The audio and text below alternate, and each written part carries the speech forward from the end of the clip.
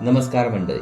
आज आपण सार्थ श्रीमद दासबोध दशक 5 त्यातला समास दुसरा, ज्याचं शीर्षक आहे गुरुलक्षण, ह्याचं वाचन करणार आहोत. चला तर मग संकीर्तनाने सुरुवात करूया. जय जय राम कृष्ण हरी, जय जय राम कृष्ण हरी, जय जय राम कृष्ण हरी, जय जय राम कृष्ण हरी, जय जय राम कृष्ण हरी, जय जय राम कृष्ण हरी, जय जय राम कृष्ण हरी, जय जय राम कृष्ण हरी. जय श्रीराम, जय श्रीराम, जय श्री, जय जय रघुवीर समर्थ. चला तर मग सुरुवात करूया. सार्थ श्रीमद दासबोध दशक 5 समास दुसरा, गुरुलक्षण. कोणत्याही पुढारलेल्या समाजामध्ये सातत्याने ज्ञानाची उपासना चालते. अनेक माणसे अनेक वर्षे मन लावून अभ्यास करतात, तेव्हा कुठे हळूहळू ज्ञानसंचय होतो. गुरुशिष्य परंपरा हे या अभ्यासाचे एक प्रधान अंग आहे. पाश्चात्य देशात सध्या विज्ञानाची जशी संघटित उपासना प्रचलित आहे, तशीच सुव्यवस्थित उपासना अध्यात्म ज्ञानाच्या क्षेत्रात भारतामध्ये फार पूर्वीपासून चालू असलेली आढळते. प्रश्नोपनिषदामध्ये असे वर्णन आहे की भारद्वाज, सुकेशा, शैव्य, सत्यकाम, गार्ग्य, सौर्यायणी इत्यादी 6 ऋषी परब्रह्माचे ज्ञान प्राप्त व्हावे म्हणून अगदी शिष्यभावाने भगवान पिपल्लाद मुनींपाशी आले. पिपल्लादांनी त्यांना ठेवून घेतले आणि वर्षभर तप, ब्रह्मचर्य व श्रद्धा यांचे आचरण करून घेतल्यावर त्यांना परब्रह्माचे ज्ञान करून दिले. ते उपनिषद अखेर सांगते की ते तम अर्चयंताः यः त्वम् अस्माकं अविद्यायाः परंपारं तारयसि इति सह त्वं हीनाः पिताः परम ऋषिभ्याः नमः, परम ऋषिभ्याः नमः. अर्थ, त्या शिष्यांनी त्यांची म्हणजे पिप्पलादांची पूजा केली. शिष्य म्हणाले, तुम्ही आम्हाला दिलेल्या अविद्येच्या परतीराला पोहोचविले आहे. तुम्हीच आमचे पिता आहात. या थोर मुनीला नमस्कार असो. या थोर परंपरेचे दिग्दर्शन श्री समर्थांनी येथे केले आहे. वैद्यकी शिकण्यास वैद्याकडे जावे लागते. गायन शिकण्यास गवय्याकडे जावे लागते. तसे आत्मध्यान प्राप्त होण्यास आत्मज्ञानी पुरुषाकडे जावे लागते. इतर विद्या दृश्यामधील असल्याने आपल्याला हवी असलेली विद्या एखाद्यापाशी आहे किंवा नाही हे ओळखून काढणे कठीण नसते, परंतु ब्रह्मविद्या अत्यंत सूक्ष्म असल्याने ती कोणापाशी खरोखरच आहे हे ओळखून काढणे कठीण असते. या कारणाने अध्यात्माच्या गुरुत्वामध्ये बरीच फसवाफसवी आढळते. म्हणून सद्गुरूची लक्षणे सांगण्याच्या अगोदर श्री समर्थांनी सद्गुरू नाही कोण याचे सविस्तर वर्णन केले. वाचकांना ते सहज समजेल. सद्गुरूची लक्षणे नीट समजणे अवश्य आहे. संत किंवा सत्पुरुषच सद्गुरू होऊ शकतो. संत म्हणजे आत्मसाक्षात्कारी व्यक्ती होय. संपूर्ण मानवता व दिव्य ईश्वरता यांचा मधुर संगम सद्गुरूच्या ठिकाणी झालेला असतो. ईश्वराला ओळखणे म्हणजे सद्गुरूला ओळखणे. किंबहुना आधी ईश्वराला ओळखावे, मग सद्गुरूला ओळखता येते. सद्गुरूंपैकी काही विरक्त तर काही गृहस्थाश्रमी असतात. त्यांना व्यवहार करीत असताना ओळखून काढणे तर फारच कठीण असते. सद्गुरू महापुरुष असतो. त्याच्या अंगी दैवी संपत्ती विलसते. त्याच्या बोलण्या चालण्यात भगवत प्रेम काठोकाठ भरून वाहते. त्याच्या अंगी काम, क्रोध, द्वेष यांचा लवलेश नसतो, पण व्यवहार करताना त्यांच्या ठिकाणी काम, क्रोधादिकांचा आभास होतो.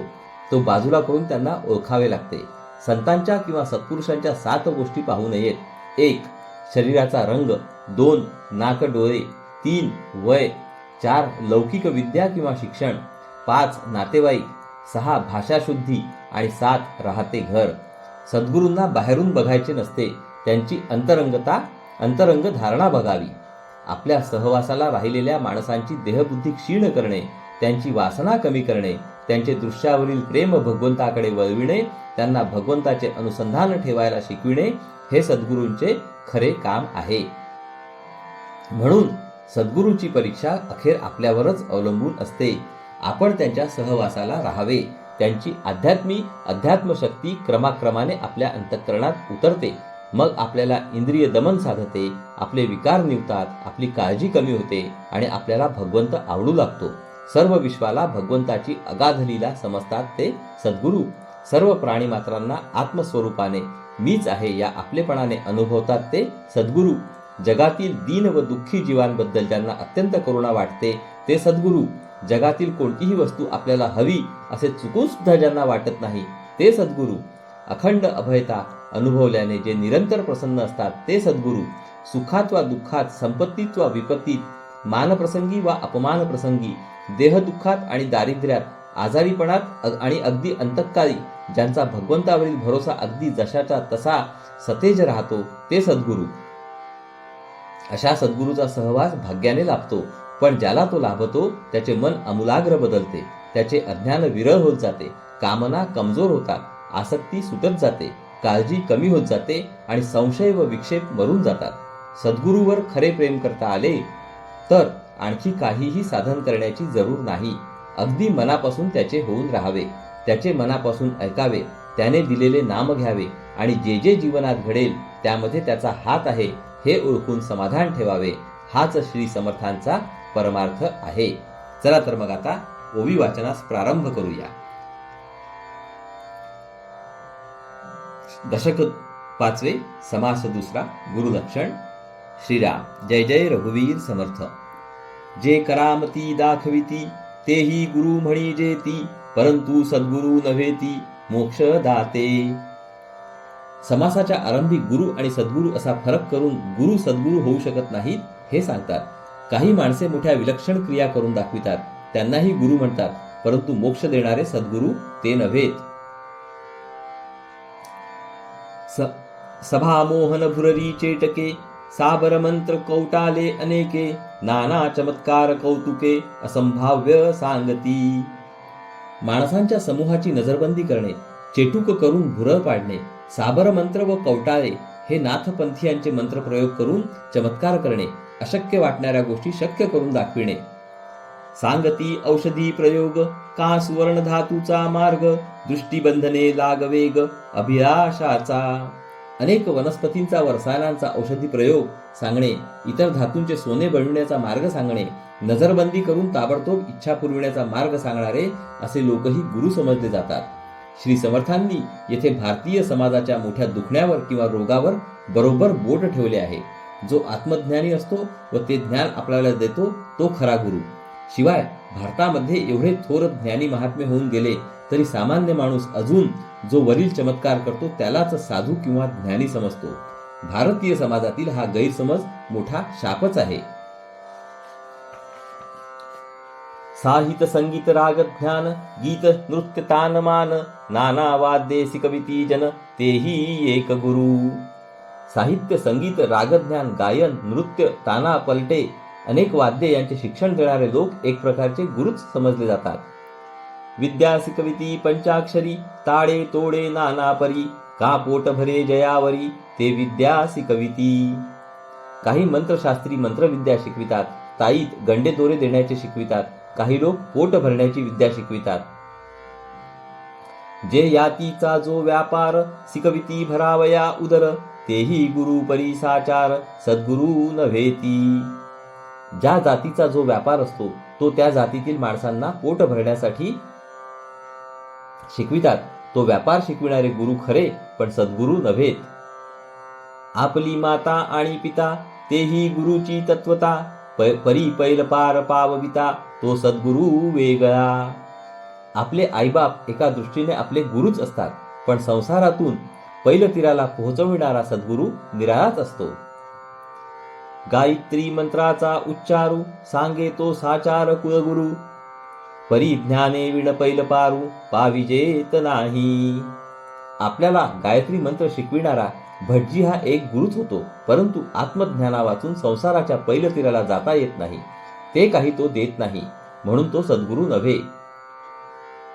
आता श्री सद्गुरूंची लक्षणे सांगतात.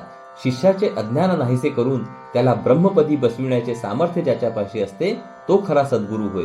बाकीची सारी लक्षणे या मूलभूत लक्षणातून प्रगट होतात. जो ब्रह्मज्ञान उपदेसी, अज्ञान अंधारे निरसी, जीवात्मया परमात्मयासी ऐक्यता करी. जो ब्रह्मज्ञानाचा उपदेश करतो, अज्ञानाचा अंधार नाहीसा करतो आणि जीवात्म्याचे परमात्म्याशी ऐक्य घडवून आणतो तो सद्गुरू होय. हे सद्गुरूचे प्रधान लक्षण होय. हे एक लक्षण असून इतर काही करामती नसतील तर तो सद्गुरू राहतो. हे एकच लक्षण नसून इतर साऱ्या करामती असतील तरी तो सद्गुरू राहत नाही. विघडले देव आणि भक्त, जीव शिवपणे द्वैत, तया देव भक्ता एकांत, करी तो सद्गुरू.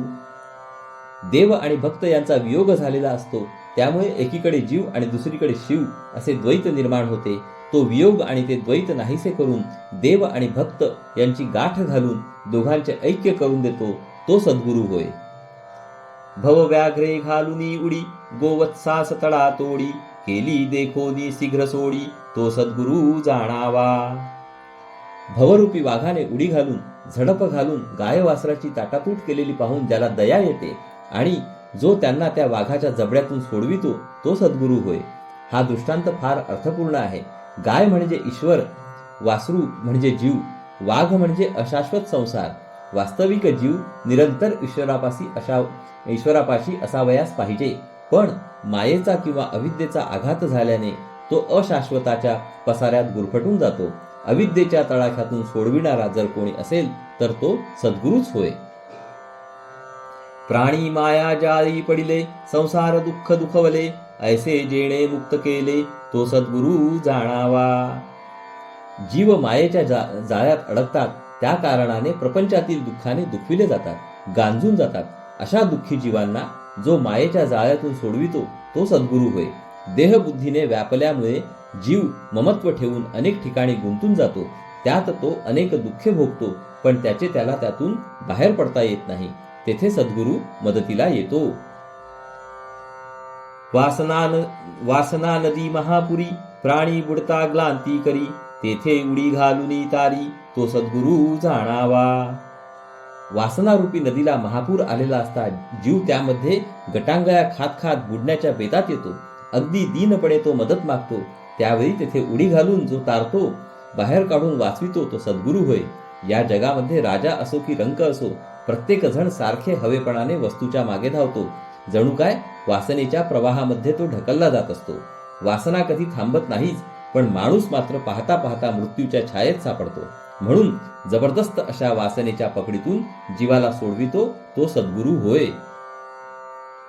गर्भवास अति साकडी इच्छा बंधनाची बेडी ज्ञान देऊन शीघ्र सोडी तो सद्गुरू स्वामी.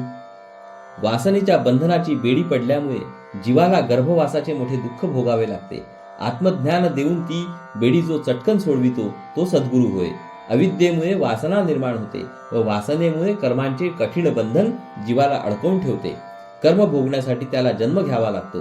त्या मूळ अविद्येलाच ज्ञानाने नाहीशी करून पुढची दुःख परंपरा टाळण्याचे मोठे काम सद्गुरू करतो. फोडुनी शब्दाचे अंतर वस्तू दाखवी निजसार तोची गुरु माहेर अनाथांचे. अज्ञान नाहीसे करून आत्मज्ञान पदरात टाकण्याचे कार्य सद्गुरू कोणत्या रीतीने किंवा पद्धतीने करतात त्याचे वर्णन ऐकावे. उपदेश शब्दानेच करावा लागतो, पण अर्थ हे शब्दाचे अंतरंग असते. सद्गुरू प्रथम शब्दावरून अर्थाकडे नेतात. परमात्मा त्या अर्थाचा लक्ष असतो. तेच आपले सर्वस्व म्हणजे आत्मस्वरूप आहे. सद्गुरू नंतर अर्थावरून आत्मस्वरूपाकडे नेतात. अशा रीतीने स्वस्वरूपाकडे नेणारे सद्गुरू अनाथ जीवाचे विश्रांती स्थान असतात. जीव एक देसी बापुडे तयास ब्रह्मची करे रोकडे फेडी संसार साकडे वचन मात्रे.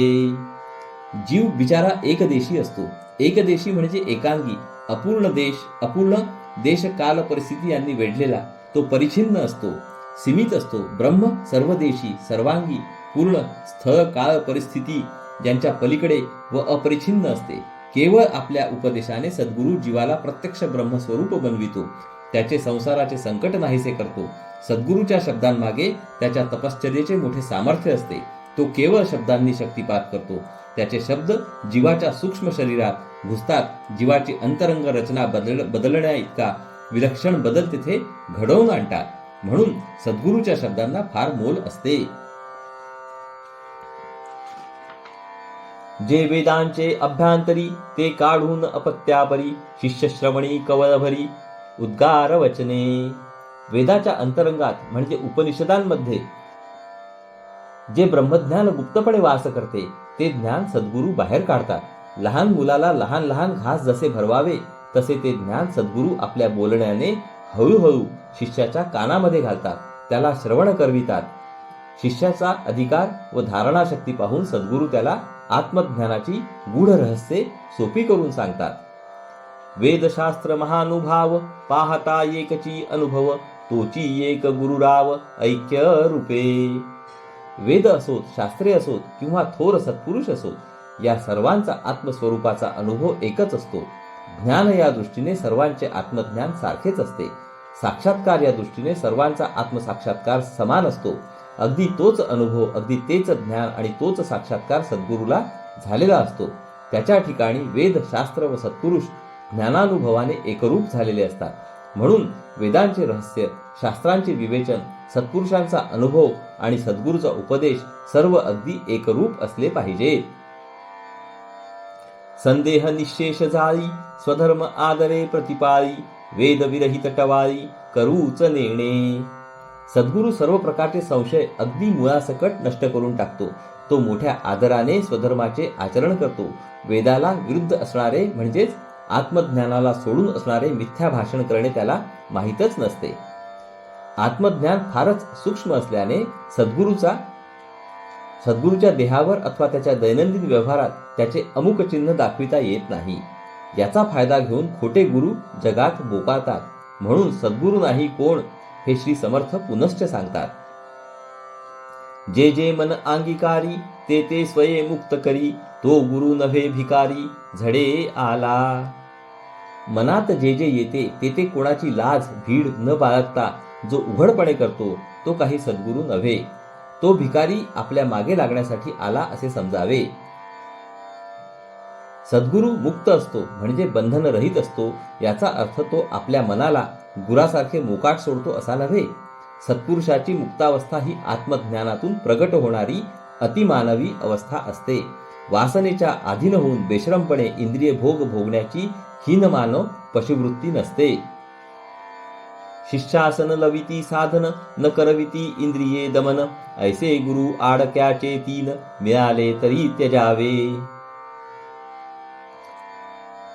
जो आपल्या शिष्याला साधनात कसे राहावे हे शिकवित नाही, इंद्रिये आवरून ताब्यात कशी ठेवावी ते दाखवित नाही, असले गुरु दमडीला तीन मिळाले, इतके स्वस्त मिळाले तरी त्यांच्या नादी लागू नये, त्यांना सोडून दूर राहावे. जो कोणी ज्ञानबोधी समूळ अविद्या छेदी इंद्रिये दमन प्रतिपादी तो सद्गुरु जाणावा. इंद्रिय दमन करून साधनात कसे राहावे ही अनुभवाची विद्या सद्गुरूपाशी असावयास हवी पाहिजे. जो आत्मज्ञान समजावून देतो, सगळीच्या सगळी अविद्या नाहीशी करतो, इंद्रिये ताब्यात ठेवण्याचा अभ्यास सांगतो, तोच खरा सद्गुरू समजावा. अविद्येचा अंमल चालत असल्यामुळे दृश्य जग सर्वस्वी सत्य वाटते. त्यामुळे इंद्रियातून सुख घेण्याची आपली सारखी धडपड असते. म्हणून हे जग प्रत्यक्ष दिसत असले तरी खरे नाही असे मनाला पटवून इंद्रियांना आवर घालण्याची शक्ती व युक्ती शिष्याला शिकविणे हे सद्गुरूचे प्रधान कार्य आहे. एक द्रव्याचे विकिले एक शिष्याचे आखिले अति दुराशेने केले दीन रूप. काय सांगावे, काही गुरु सद्गुरू म्हणून घेतात आणि पैशासाठी लाचार होतात, शिष्याच्या अधीन होतात, वासनेच्या नादी लागून दिनवाणे बनतात. जे जे रुचे शिष्यामनी तैसीच करी मन धरणी ऐसी कामना पापिणी पडई गळा. असे गुरु शिष्याच्या इतके अधीन येतात की शिष्याच्या मनाला जे जे आवडेल ते ते करून शिष्याला प्रसन्न ठेवण्यासाठी धडपडतात. याचे कारण पापिणी वासना त्यांच्या मानगुटीस बसलेली असते, येथे सगळा उलटा प्रकार आढळतो. वास्तविक शिष्याने सद्गुरूच्या अधीन राहून त्याची मनधरणी करावयास हवी. शिष्य वासनेच्या नादी असायला हवा, पण गुरुच जेव्हा वासनेने झपाटतो तेव्हा तेथे परमार्थ कसला, सगळा स्वार्थालाच बाजार. जो गुरु भीड सारू तो अधमाहून अधम थोरू चोरटा भैंद पामरू द्रव्य भोंदू.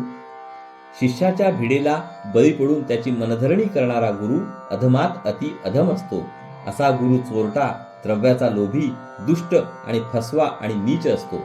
गुरुबाजीला यापेक्षा आणखी कोणत्या शिव्या द्यावयाच्या शिल्लक आहेत. जसा वैद्य दुराचारी केली सर्वस्वे बोहरी आणि सेखी भीड करी घात घेणा. वैद्यकीचे ज्ञान नसणारा एखादा दुष्ट वैद्य रोग्याला सर्वस्वी नागवतो आणि त्यात पुन्हा भीड घालून शेवटी रोग्याचा सर्वस्वी घात करतो. तैसा गुरु नसावा जेणे अंतर पडे देवा, भीड करुनिया गोवा घाली बंधनाचा. तसे हे नामधारी गुरु असतात, ज्यांच्यामुळे आपण आणि देव यांच्यामधील अंतर वाढते. आपण देवापासून दुरावतो व जो भीड घालून आपल्याला देहबुद्धीच्या बंधनात अधिकच गुंतवतो असा गुरु नसावा. जेथे शुद्ध ब्रह्मज्ञान आणि स्थूल क्रियेचे साधन, तोची गुरु निधान दाखवी डोळा. ज्याच्याजवळ शुद्ध ब्रह्मज्ञान आहे आणि प्रत्यक्ष व्यवहारात साधनाचे आचरण आहे, असा सद्गुरूच आपल्याला आपले गुप्त आत्मस्वरूप दाखवितो. अंतर्यामी खरे खरे ब्रह्मज्ञान आणि नित्याच्या बाह्य किंवा दृश्य व्यवहारात साधकाला शोभेल असे आचरण, या दोन गोष्टींनी संपन्न पुरुषच शिष्याला उपयोगी पडतो. त्यापैकी एक उणे असेल तर निदान सामान्य प्रापंचिक शिष्याला तरी परमार्थ प्राप्त होणे कठीण जाते. देखणे दाखविती आदरे, मंत्र फुंकिती कर्णद्वारे, इतुकेच ज्ञान ते पामरे, अंतरली भगवंता. काही गुरु आपल्या शिष्यांना मोठ्या कौतुकाने प्रकाश, नाद व सुगंध याचे अतिंद्रिय अनुभव दाखवितात. काही शिष्यांच्या कानात मात्र मंत्र सांगतात. एवढेच ज्ञान ज्याच्यापाशी असते ते बिचारे स्वतः भगवंतापासून दूर असतात.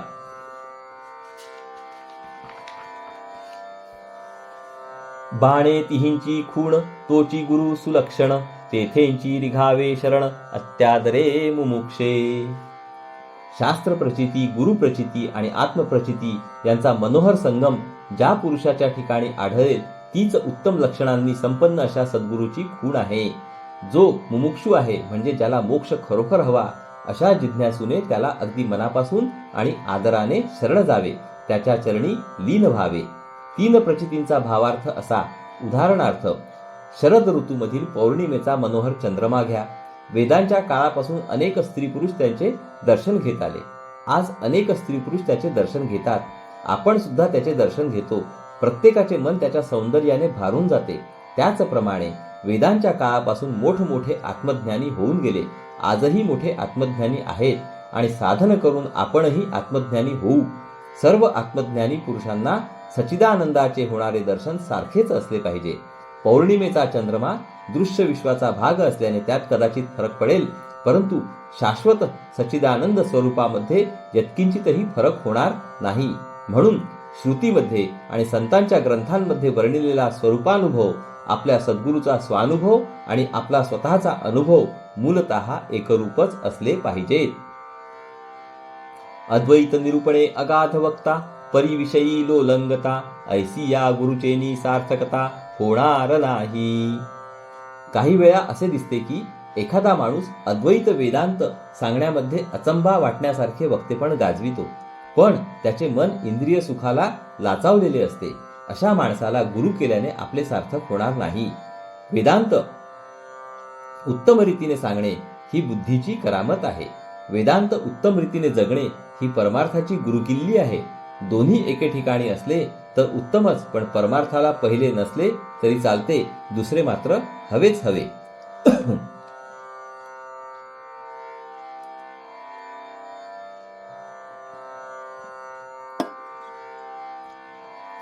जैसा निरूपण समयो, तैसेची मनही करी वायो, कृत बुद्धीचा जयो झालाच नाही. उत्तम वक्त्याची कला अशी की जसा प्रसंग असेल तसा रंग त्याच्या निरूपणाला चढतो. प्रसंगाला अनुरूप अशा कल्पना त्याच्या मनात आपोआप येतात, परंतु देहबुद्धीचे सारे संदेह नाहीसे होऊन त्याच्या अंतर्यामी आत्मबुद्धीचा जय झालेला नसतो. स्वस्वरूपाबद्दल त्याला निश्चयात्मक ज्ञान नसते. आत्मसाक्षात्कार होऊन स्वस्वरूपाबद्दल जे संपूर्ण संशयरहित ज्ञान होते त्यास श्री समर्थ निश्चय असा शब्द वापरतात.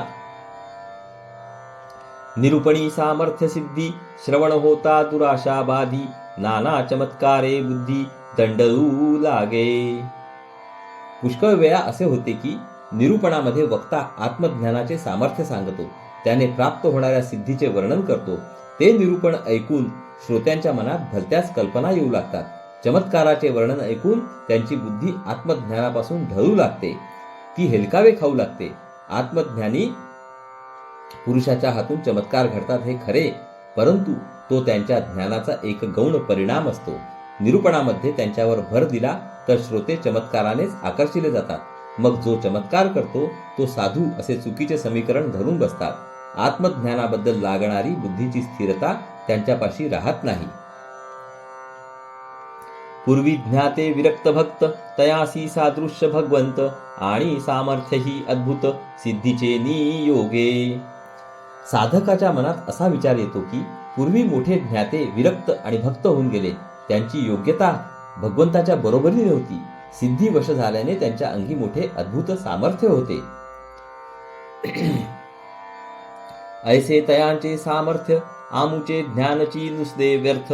ऐसा सामर्थ्याचा स्वार्थ अंतरी वसे. त्यांच्या अंगी असे विलक्षण सामर्थ्य होते ते आपल्यापाशी नाही, म्हणून आपले हे नुसते ज्ञान व्यर्थ आहे. अशा प्रकारचा सामर्थ्य प्राप्तीचा स्वार्थी विचार साधकांच्या मनात दृढ होऊन राहतो. हा आत्मज्ञानाला मारक असतो. कारण कारण त्याने देहबुद्धीचे पोषण होते. ज्ञानाची निष्ठा कमी होऊन दुराशाच बळावते.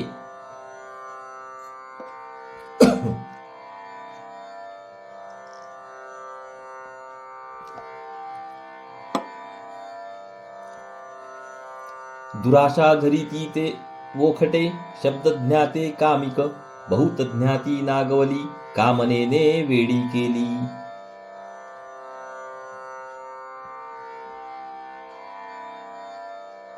माफ करा.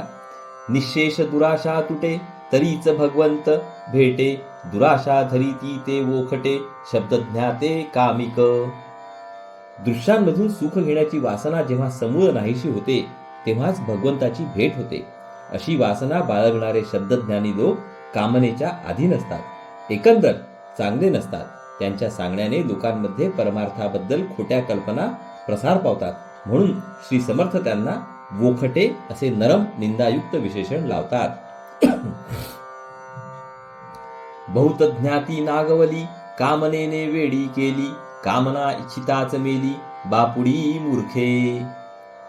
कोणत्या तरी वासनेने वेडी झालेली अनेक शब्दज्ञानी माणसे परमार्थ न साधता फुकट गेली. आपली इच्छा तृप्त व्हावी म्हणून धडपडणारे ते मूर्ख बिचारे काही न कमविता मरून गेले. निशेष कामना रहित ऐसा तो विरुळा संत. अवघ्या वेगळे मत अक्षयी ज्याचे. ज्याला कशाचीही यत्किंचित वासना नाही असा संत विरळाच असतो. सर्व लोकांहून त्याचे मत वेगळेच असते. तो नेहमी अक्षय भगवंताबद्दलच बोलतो. संतांची ही एक मोठी खूण आहे. त्याला केव्हाही पहा, कोठेही पहा, कशाही परिस्थितीत पहा, कोणत्याही अवस्थेत पहा, एका भगवंतान वाचून, शाश्वत ईश्वरान वाचून तो इतर काही बोलणार नाही, सांगणार नाही, मनात आणणार नाही. मला अमुक हवे असे त्याच्या तोंडून कधी निघणार नाही. अर्थात असा पुरुष क्वचितच भेटतो. अक्षयी ठेवा सकळांचा परिपांगडा फिटेना शरीराचा. तेणे मार्ग ईश्वराचा चुकोनी जाती. खरोखर पाहिले तर भगवंत हा सर्वांचा कधी नाहीसा न होणारा असा कायमचा ठेवा आहे. परंतु देहातून सुख घेण्याची लालसा काही केल्या कमी होत नाही. त्यामुळे भगवंताचा मार्ग बरोबर सापडत नाही. दृश्यामध्ये माझे सुख मला सापडेल ही कल्पना जोपर्यंत घट्ट आहे तोपर्यंत अदृश्य भगवंतापाशी सुखाचा शोध माणूस करीत नाही. आणि हे उमजण्यास सद्गुरूखेरीज अन्य उपाय नाही. सिद्धी आणि सामर्थ्य झाले, सामर्थ्ये देहास महत्व आले. तेणे वेंचाड बळकावले देह बुद्धीचे.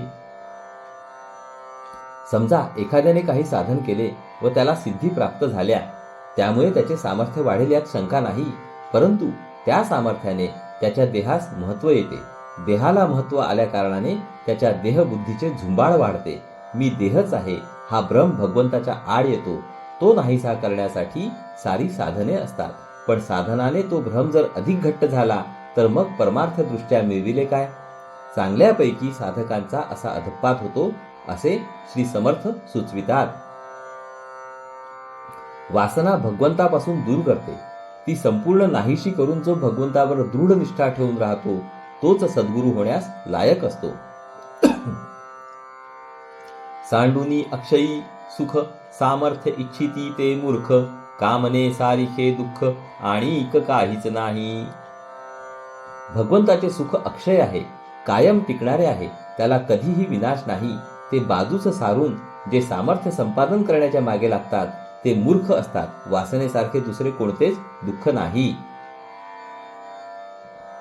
ईश्वरे विण जे कामना, तेणेंची गुणे नाना यातना, पावती होती पतना, वरपडे प्राणी.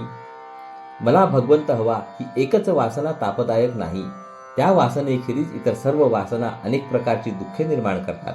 त्यांच्या मागे लागल्याने माणसाचा अखेर अधपात होतो. हा मुद्दा फार महत्वाचा आहे. आपण सामान्य माणसे वासने वाचून राहू शकत नाही. हे जर खरे तर श्री समर्थ असे सांगतात की वासना ठेवायची झाली तर ती भगवंताच्या दर्शनाची ठेवावी. त्या वासनेपासून दुःख निर्माण होणार नाही आणि आपल्या जीवनाचे सार्थक होईल. होता शरीरासी अंत, सामर्थ्यही निघून जात, सेखी अंतरला भगवंत, कामना गुणे. मृत्यूमुळे देहाचा शेवट झाला की त्या देहाबरोबर त्यात राहणारे सामर्थ्य देखील नाहीसे होते. वासनेच्या नादी लागल्याने अखेर भगवंत मात्र अंतरतो. वासना जीवाला अशाश्वत वस्तूंमध्ये गुंतविते. अशाश्वत देहाचा शेवट झाला की वासनेचा सगळा पसारा विलयास जातो. भगवंताकडे मन कधीच वळविले नसल्याने तो दूरच राहतो. अशा प्रकारे जीव दोन्ही बाजूंनी नागवला जातो. म्हणून निकामता विचारू, दृढ बुद्धीचा निर्धारू, तोची सद्गुरु पैल पारू, पाववी भवाचा. यावरून असे दिसते की जो अत्यंत निष्काम आहे, वासनारहित आहे आणि ज्याच्या बुद्धीमध्ये आत्मस्वरूपाविषयी अत्यंत दृढ निश्चय आहे, असा स्वानुभवी सद्गुरू माणसाला या अशाश्वत दृश्य सागरातून पलीकडे नेऊन सोडतो. मुख्य सद्गुरूचे लक्षण आधी पाहिजे विमल ज्ञान, निश्चयाचे समाधान, स्वरूप स्थिती. श्री समर्थ आता सद्गुरूची लक्षणे वर्णन करतात. आत्मसाक्षात्कार होऊन स्वच्छ स्थिर ब्रह्मज्ञान होणे हे सद्गुरूचे खरे प्रधान लक्षण आहे. बाकीची सारी लक्षणे या लक्षणावर आधारलेली आहेत. सद्गुरूचे मुख्य लक्षण असे की सर्वप्रथम त्याला शुद्ध ब्रह्मज्ञान असले पाहिजे. त्या ज्ञानामुळे त्याच्या ठिकाणी अगदी निश्चल समाधान पाहिजे. आत्मस्वरूपामध्ये तो अखंड स्थिरपणे राहिला पाहिजे. आत्मज्ञानाने त्याचे सर्व संशय नाश पावतात. तो समाधान रूपच बनतो. तो स्वस्वरूपापासून कधीही ढळत नाही. याही वरी वैराग्य प्रबळ, वृत्ती उदास केवळ, विशेष आचारे निर्मळ, स्वधर्म विषयी. याबरोबरच तो अतिशय वैराग्य संपन्न असतो. त्याचे मन कशातही गुंतलेले नसते. याशिवाय स्वधर्माच्या बाबतीत त्याचा आचार अत्यंत निर्मळ असतो. ज्ञान अंतःकरणात वास करते, पण त्याचे प्रतिबिंब प्रत्यक्ष आचरणात दिसले पाहिजे. सद्गुरूच्या जीवनात ज्ञान आणि व्यवहार याची सुसंगती असते. याहीवरी अध्यात्म श्रवण, हरिकथा निरूपण, जेथे परमार्थ विवरण निरंतर. हे असून शिवाय सद्गुरूपाशी अध्यात्म विषयाचे नेहमी श्रवण असते. त्याच्यापाशी नित्य हरिकथा आणि निरूपणे चालतात, जेथे निरंतर परमार्थाचे विवरण चालते. जेथे सारा सार विचार, तेथे होये जगोद्धार, नवविधा भक्तीचा आधार, बहुत जनासी. जेथे नित्य सारासार विचार किंवा आत्मानात्म विवेक चालतो, तेथे जगाचा उद्धार होत असतो. पुष्कळ लोकांना नवविधा भक्ती कशी करावी हे त्याच्यापाशी समजते. कोणतेही ज्ञान जिवंत असते आणि त्याचा व्यवहार झाला म्हणजे त्यापासून पुष्कळ लोकांना फायदा होतो. सद्गुरूपाशी आत्मज्ञान असते. श्रवण, निरूपण आणि विवरण या मार्गांनी त्याचा व्यवहार होतो. म्हणून जेथे श्रवण, निरूपण आणि विवरण सतत चालते, तेथे अनेकांचे संदेह निवारण होतात व अनेकांचा बुद्धीचा निश्चय होऊन ते भगवंताच्या मार्गाला लागतात. म्हणून नवविधा भजन, जेथे प्रतिष्ठले साधन, हे सद्गुरूचे लक्षण श्रोती ओळखावे. म्हणून ज्या ठिकाणी 9 प्रकारची भक्ती आचरली जाते आणि जेथे साधन मार्गास अत्यंत महत्त्व असते, ते सद्गुरूचे लक्षण आहे असे श्रोत्यांनी ओळखावे. अंतरी शुद्ध ब्रह्मज्ञान, बाह्य निष्ठेचे भजन, तेथे बहु भक्तजन विश्रांती पावती. अंतर्यामी शुद्ध ब्रह्मज्ञान आणि बाहेर अत्यंत मनापासून केलेली उपासना अशी जोड जेथे असते, तेथे अनेक साधकांना व उपासकांना समाधान मिळते. ज्ञानाबरोबर त्या ज्ञानाला शोभेल असे बाह्य आचरण असणे फार अवश्य आहे. ही गोष्ट श्री समर्थ पुन्हा पुन्हा सांगत आहेत. नाही उपासनेचा आधार तो परमार्थ निराधार, कर्मे विण अनाचार भ्रष्ट होती. ज्या परमार्थाला उपासनेचा प्रत्यक्ष आचरणात असणाऱ्या भक्तीचा आधार नाही तो परमार्थ कामाला येत नाही. कर्माची जी शिस्त आहे ती सुटली तर अनाचार स्वैराचार वाढून माणसे भ्रष्ट होतात. म्हणून ज्ञान वैराग्य आणि भजन, स्वधर्म कर्म आणि साधन, कथा निरूपण श्रवण मनन, नीती न्याये मर्यादा.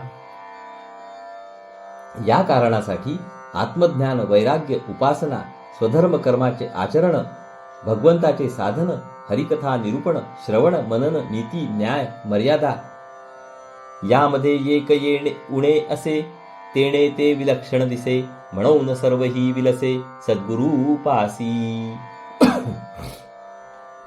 या गोष्टींपैकी एक जरी कमी असली तरी परमार्थ दृष्टीने ते विपरीत दिसते. म्हणून जेथे सद्गुरू असतो तेथे या सर्व गोष्टी प्रकर्षाने आढळतात. सद्गुरू भोवती गोळा होणारी माणसे सामान्य योग्यतेची असतात. त्यांचे वैराग्य काय, उपासना काय आणि भगवंतांचे प्रेम काय सगळेच सामान्य असते. अशा लोकांना पचेल व जमेल असाच साधन मार्ग सांगावा लागतो, नव्हे स्वतः आचरून दाखवावा लागतो. म्हणून सद्गुरूंपाशी वरील सर्व गोष्टी हव्या. तो बहुतांचे पालन करता, त्यास बहुतांची असे चिंता, नाना साधने समर्था सद्गुरु उपासी. ज्ञानाला व्यवहाराची जोड फार अवश्य असते. हीच गोष्ट पुन्हा सांगतात. सद्गुरू अनेकांना जवळ ठेवून घेतो व त्यांचे पालन पोषण करतो. त्याला पुष्कळ लोकांची काळजी घ्यावी लागते. अशा सामर्थ्यवान सद्गुरूपाशी परमार्थाची अनेक साधने असतात. साधने विण परमार्थ प्रतिष्ठे, तो मागुता सवेंच भ्रष्टे, या कारणे दुरिद्रष्टे महानुभाव. साधनाशिवाय परमार्थ पोचण्याचा प्रयत्न केला तर काही काळ तो चालतो, परंतु तो लगेच विलयास जातो. म्हणून थोर आत्मज्ञानी पुरुष अत्यंत दूरदृष्टी ठेवून साधनाची प्रतिष्ठा वाढवितात. आचार उपासना सोडिती, ते भ्रष्ट अभक्त दिसती, जळो तयांची महंती कोण पुसे. जे परमार्थ पुढारी सदाचार सोडतात, उपासना टाकतात, ते भ्रष्ट दिसतात, अभक्त दिसतात. अशा लोकांच्या गुरुपणाला आग लागो, त्यांना कोण विचारतो. परमार्थामध्ये ज्याने गुरुत्व आपल्याकडे घेतले त्याने आपल्या आचरणाची किती काळजी घ्यावयास हवी हे यावरून ध्यानात येईल.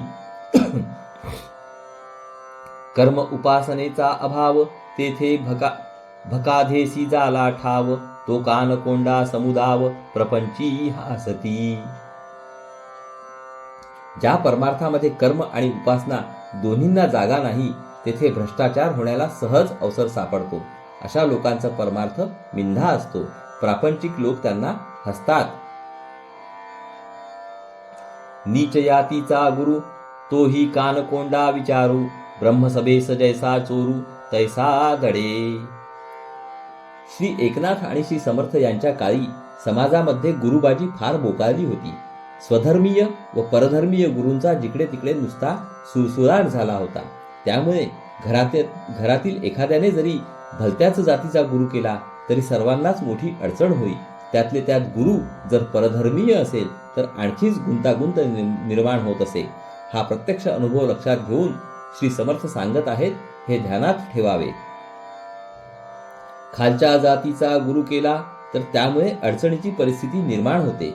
संतांच्या सभेत ब्रह्मस्वरूपाची चर्चा चालू असता जर एखादा चोर तेथे आला तर त्याला जसे कान कोंडे होते तशी त्या शिष्याची समाजात अवस्था होते. ब्रह्मसभे देखता, त्याचे तीर्थ नये घेता, अथवा प्रसाद सेविता प्राश्चित्त पडे. त्याला लोकांसमोर गुरुचे तीर्थ घेता येत नाही किंवा गुरुचा प्रसाद खाल्ला तर प्रायश्चित्त घ्यावे लागते. तीर्थप्रसादाची सांडी केली, तेथे निचता दिसून आली, गुरुभक्ती ते सटवली एकाएकी. बरे, गुरुचा तीर्थप्रसाद घेतला नाही, टाकून दिला तर कमीपणा येतो. त्यामुळे एकदम गुरुभक्ती नाश पावते. गुरुची मर्यादा राखता, ब्राह्मण क्षोभती तत्वता, तेथे ब्राह्मण्य रक्षू जाता, गुरुक्षोभ घडे. गुरुची मर्यादा राखण्याचा प्रयत्न केला तर ब्राह्मण रागावतात आणि आपला ब्राह्मणपणा सांभाळायला जावे तर गुरुचे मन मोडल्यासारखे होते, त्याचा राग ओढवल्यासारखे होते. ऐसी साकडी दोहीकडे तेथे प्रस्तावा घडे, नीच यातीस गुरुत्व न घडे या कारणे. खालच्या जातीचा गुरु केला तर अशी दुहेरी अडचण निर्माण होते, त्यामुळे पश्चाताप करण्याचा प्रसंग येतो. या कारणाने कनिष्ठ जातीला वरच्या जातीच्या गुरुत्वाचा अधिकार नाही. तथापि आवडी घेतली जीवे तरी आपणची भ्रष्टावे, बहुत जनांसी भ्रष्ट व्हावे हे तो दूषणची की. हे सगळे जरी खरे असले तरी एखाद्या माणसाला एखादा कनिष्ठ जातीतील गुरु आवडला तर त्याने एकट्याने भ्रष्ट व्हावे, पण आपल्याबरोबर अनेकांना भ्रष्ट करू नये. तसे करणे फार वाईट आहे.